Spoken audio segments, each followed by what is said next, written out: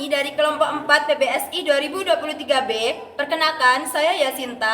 Saya Lucy, saya Happy, saya Sofi, saya Laila, saya Aisyah, saya Zidni, saya Audita, dan saya Arum.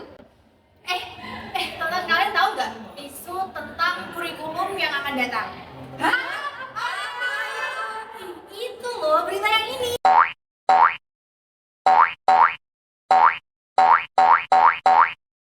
Nah, kalau kalian mau tahu lebih lanjut, simak video berikut ini. Jangan di-skip ya. Menciptakan pembelajaran yang mindful, meaningful, joyful, dan kontekstual merupakan salah satu strategi yang dapat kita terapkan agar menciptakan pembelajaran yang efektif dan juga menyenangkan. Nah, mindful learning atau pembelajaran penuh sadar merupakan metode yang akan membuat peserta didik itu hadir dan juga fokus, kemudian terlibat terhadap semua proses pembelajaran. Nah, konsep mindful learning sendiri dicetuskan oleh psikolog bernama Ellen G. Langer yang ia berpendapat bahwa dalam pembelajaran itu haruslah ada manfaat dan juga memberikan kebebasan kepada peserta didik untuk bereksplorasi. Learning terdapat 3 aspek penting yang biasa kita sebut sebagai triangles of mindfulness. Nah, yang pertama itu ada acceptance, yaitu penerimaan, yang mana peserta didik itu diharuskan untuk menerima segala perbedaan pendapat dalam suatu proses pembelajaran. Nah, yang kedua itu ada awareness, yaitu kesadaran, yang mana peserta didik itu dituntut untuk sadar akan manfaat dari materi-materi yang sudah mereka pelajari. Nah, lalu yang ketiga dan yang terakhir itu ada attention, yang mana peserta didik itu haruslah memberikan kesadaran penuh selama proses pembelajaran dan tidak terganggu oleh faktor-faktor lain di luar proses pembelajaran itu. Nah, mindful learning sendiri merupakan respon terhadap metode-metode tradisional yang biasanya itu menekankan pada repetisi, hasil akhir, dan juga hafalan. Nah, selanjutnya yaitu meaningful learning atau pembelajaran bermakna. Nah, pembelajaran bermakna ini merupakan proses pembelajaran di mana informasi baru terhubung dengan pengetahuan yang sudah dimiliki peserta didik sebelumnya. Teori ini dikembangkan oleh David Ausubel yang menekankan bahwa pembelajaran harus lebih bermakna. Materi pengetahuan harus dikaitkan dengan struktur kognitif yang terdapat dalam pikiran peserta didik. Nah, dalam konteks ini, peserta didik dapat menghubungkan antara informasi baru dengan skema atau konsep yang sudah mereka punya sebelumnya. Selanjutnya ada joyful learning. Joyful learning itu tidak hanya sekadar pembelajaran menyenangkan, melainkan juga bermakna. Nah, dengan pembelajaran ini juga itu dapat mendorong peserta didik untuk benar-benar menguasai materi. Jadi bukan hanya sekadar menghafal. Nah, dengan menggunakan joyful learning ini, peserta didik itu dapat membangkitkan minat belajarnya. Apalagi bagi peserta didik yang memiliki kesulitan dalam mempelajari sejumlah mata pelajaran di kelas. Dengan pendekatan ini juga itu mampu membuat guru menciptakan iklim pembelajaran yang kreatif, bebas, dan tidak membosankan, sehingga proses pembelajaran di kelas itu tidak membebani peserta didik. Nah, yang terakhir adalah contextual learning. Contextual learning mengaitkan konsep dengan pengalaman nyata atau konteks kehidupan peserta didik. Tujuan utamanya adalah membuat peserta didik memahami bagaimana pelajaran mereka dapat diaplikasikan di luar kelas. Dengan cara ini, peserta didik mampu memahami relevansi dan juga penerapan dari konsep yang mereka pelajari.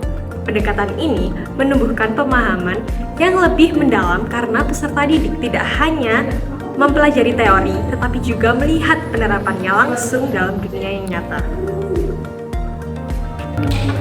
Pendekatan-pendekatan seperti meaningful learning, joyful learning, dan contextual learning menawarkan dampak positif yang signifikan dalam kurikulum baru. Dengan berfokus pada keterlibatan emosional dan pengalaman belajar yang relevan, peserta didik dapat lebih mudah memahami dan menyimpan materi pembelajaran sehingga beban kognitif mereka itu dapat berkurang. Nah, joyful learning juga mendorong keterlibatan yang lebih besar karena menciptakan suasana belajar yang menyenangkan, membuat peserta didik merasa dihargai dan termotivasi. Selain itu, dengan contextual learning, peserta didik diajak mengaitkan pembelajaran dengan kehidupan nyata, sehingga menjadikan materi lebih bermakna dan relevan. Nah, gabungan dari pendekatan-pendekatan ini berpotensi menciptakan pengalaman belajar yang lebih baik dan mendalam, menarik, dan juga dapat berkesan bagi peserta didik. Tantangan implementasi dalam kurikulum baru ini sepertinya meliputi kesiapan tenaga pendidik dalam menyesuaikan metode pengajaran yang baru, fasilitas yang kurang memadai karena mungkin nantinya diperlukan media pembelajaran yang baru, adaptasi bahan ajar dan perangkat pembelajaran, serta perubahan mentalitas budaya belajar antara guru, siswa, dan orang tua. Selain itu, metode penilaian yang kompleks dan holistik memerlukan keterampilan yang baru bagi tenaga pendidik atau guru, serta diperlukannya dukungan dari pemangku kepentingan agar kurikulum baru ini dapat berjalan dengan baik. Dalam upaya meningkatkan kualitas pendidikan dan memenuhi kebutuhan belajar peserta didik, ada beberapa saran implementasi yang dapat diambil oleh pihak terkait, seperti pemerintah, lembaga pendidikan, dan sekolah. Saran-saran tersebut meliputi pelatihan untuk guru. Pelatihan untuk guru ini bisa melalui pelatihan berkelanjutan, workshop, dan seminar. Serta ada dukungan fasilitas. Dukungan fasilitas ini meliputi peningkatan infrastruktur dan ruang kesehatan mental. Dan yang terakhir ada evaluasi kurikulum secara berkala. Evaluasi kurikulum ini dilakukan untuk memastikan bahwa materi ajar tetap relevan dengan perkembangan zaman dan kebutuhan peserta didik. Harapan saya terhadap kurikulum yang akan datang dalam jangka panjang yaitu kurikulum ini dapat mencetak generasi yang berkarakter, menguasai keterampilan seperti berpikir kritis dan kreatif, adaptif terhadap teknologi, serta mampu menghadapi perubahan zaman. Kurikulum ini diharapkan lebih fleksibel dan relevan dengan kebutuhan yang ada di masyarakat pada saat ini. Kurikulum ini juga diharapkan dapat menjadi wadah untuk peserta didik lebih berprestasi dalam hal pendidikan, serta tidak membuat para siswa maupun guru kebingungan dalam adanya kurikulum yang akan datang ke depannya. Kurikulum ini diharapkan mampu menghasilkan lulusan yang baik dan lebih siap menghadapi dunia nyata ke depannya. Dengan demikian dapat disimpulkan bahwa kurikulum yang akan datang akan mengutamakan kepada mindful learning, meaningful learning, joyful learning, dan contextual learning. Ini akan menciptakan suasana belajar yang bermakna serta menyenangkan.